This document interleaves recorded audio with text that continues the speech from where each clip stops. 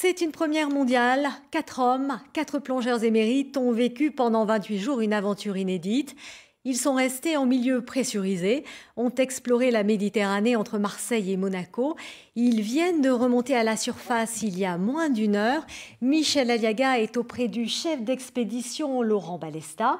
Michel, bonsoir, comment vont-ils ? Plutôt bien. On va lui demander au premier intéressé, Laurent Balesta, alors ce retour sur Terre. Vous l'aviez peut-être sous-estimé, vous avez l'air serein, mais quelque part c'était plus compliqué que prévu. Alors moi je suis heureux aujourd'hui, voilà. C'est un vieux rêve qui se réalise, il s'est très bien passé, on a vu des choses incroyables.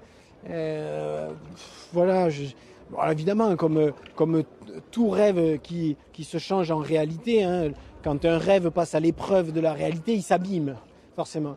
Alors évidemment, il s'est abîmé, mais je sais déjà que dans quelques temps, il sera plutôt patiné par le temps et que ça restera un souvenir inoubliable parce que ce qu'on a vécu là, c'est vraiment... On est sur la même planète et on a fait un voyage dans un autre monde. De quoi avez-vous le plus souffert ? Du froid peut-être ? Oui, le froid. Le froid nous a glacé le sang. Alors ça peut paraître paradoxal et même pas bien compréhensible parce que l'eau à ses profondeurs n'est seulement que de 14 degrés. 14 degrés, c'est pas non plus les eaux polaires. Et bien pourtant, la perte calorique était comme dans des eaux polaires. Parce que c'est 14 degrés, mais avec un mélange que l'on respire qui est fait de 95% d'hélium. Et l'hélium, c'est un gaz conducteur qui n'est pas du tout isolant. C'est un peu comme vous savez, quand vous marchez sur une plaque de fer, sur du carrelage et sur du parquet. Le parquet vous donne une sensation de chaud et puis le carrelage vous refroidit.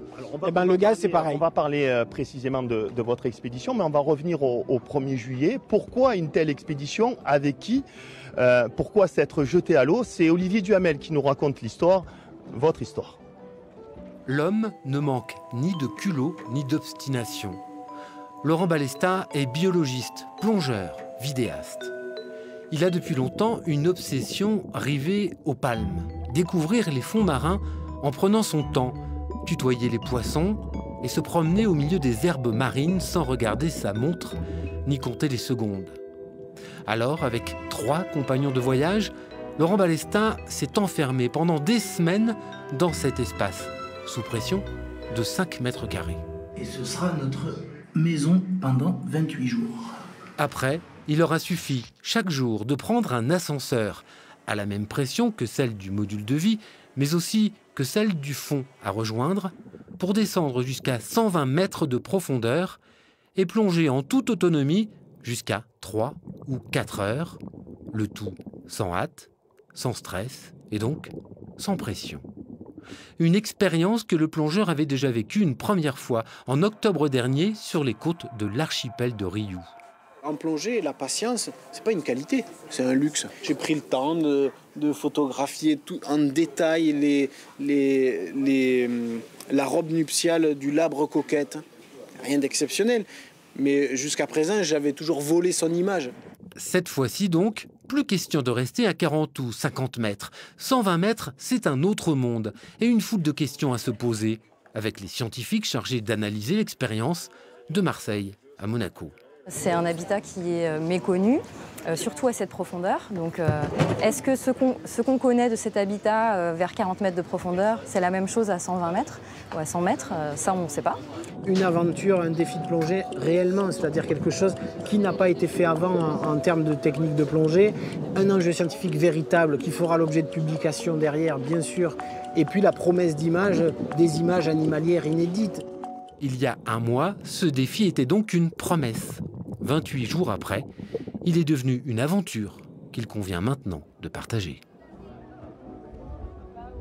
Alors on dit souvent que la Méditerranée est une poubelle, mais vous êtes un amoureux, donc vous n'êtes pas objectif, amoureux de la Méditerranée. Racontez-nous vos trésors, ce que vous avez vu sous les mers. Non mais évidemment que c'est vrai que j'ai pas des œillères. C'est vrai, elle est un peu la poubelle de nos civilisations, mais elle est aussi le berceau de nos passions. Voilà. Et j'ai évidemment un regard d'amoureux qui n'est pas très objectif, mais qui se veut honnête. Par exemple, qu'est-ce qui vous a marqué ? Parce que ce qui m'a marqué, c'est tellement d'endroits. Le banc des blocs, au large de la Ciotat, existe des des champs de corail noir qui sont d'une beauté incroyable, l'épave du Natal au large de Marseille. C'est un paquebot qui a échoué en 1917. Voilà, qui est luxuriant de vie comme j'avais jamais vu. Les algues laminaires aussi. Oui, les grandes forêts d'algues laminaires sur le banc de Magot dans le Var, les grandes falaises sous-marines du Cap Taïa du côté de Saint-Tropez. Non, vraiment, il y a des endroits qui sont encore sublimes en Méditerranée, et plus étonnant encore, certains même n'ont même jamais été visités encore. Alors ça, c'est ça qui est le plus fou. De quoi donner envie de repartir en fait, c'est ça hein. Ben ouais, alors on va attendre un peu, de retrouver de la sensibilité dans les doigts. À cause du froid. Ouais, à cause du froid, de revoir nos familles, juste reprendre le temps d'avoir envie de retourner. Mais c'est sûr que ça a été tellement positif, évidemment que j'ai envie déjà de recommencer, voilà. Merci beaucoup Merci à vous, et merci bravo. à vous surtout. Merci.